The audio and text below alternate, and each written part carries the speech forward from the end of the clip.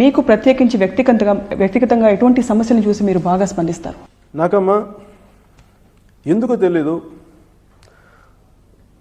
ఆడపిల్లలకి అన్యాయం జరిగితే మటుకు నా కడుపు రగిలిపోతుంది, నిజంగా రగిలిపోతుంది. అది ఎందుకు మరి చిన్నప్పటి నుంచి నాకు అది ఎందుకుందో నాకు తెలీదు. వాళ్ళకి నాకు ఎందుకంటే అమ్మాయిని ఏడిపించే వ్యక్తులను చూస్తే నాకు కోపం వచ్చేస్తాయి. వాళ్ళు ఏం చేయలేరు కదా, 10 మంది కుర్రాళ్ళు కూర్చొని అమ్మాయిని గేలు చేస్తుంటే ఏం చేస్తారు వీళ్ళు? అలా అమ్మాయిలు అలా తిరిగి పాపం పారిపోతుంటారు, వాళ్ళని ఎవరు అడ్డుకోరు. అవన్నీ నా సినిమాలో కనిపిస్తూ ఉంటాయి. Yeah, he just had a baby with some lady. అంతే.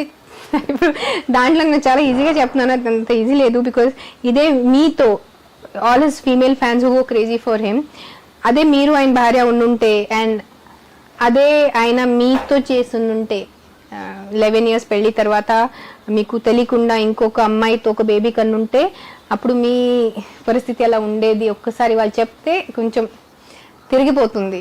అందుకనే నేను ఎంత డీటెయిల్గా చెప్తే మళ్ళీ అవుతుంది. ఇప్పుడు ఆయన పొలిటికల్ జర్నీ స్టార్ట్ చేసేసారు. I have always said in all my interviews that he is very good socially. RK గారు ఇంటర్వ్యూలో కూడా ఇదే చెప్పాను, TV9 ఇంటర్వ్యూలో కూడా ఇదే చెప్పాను.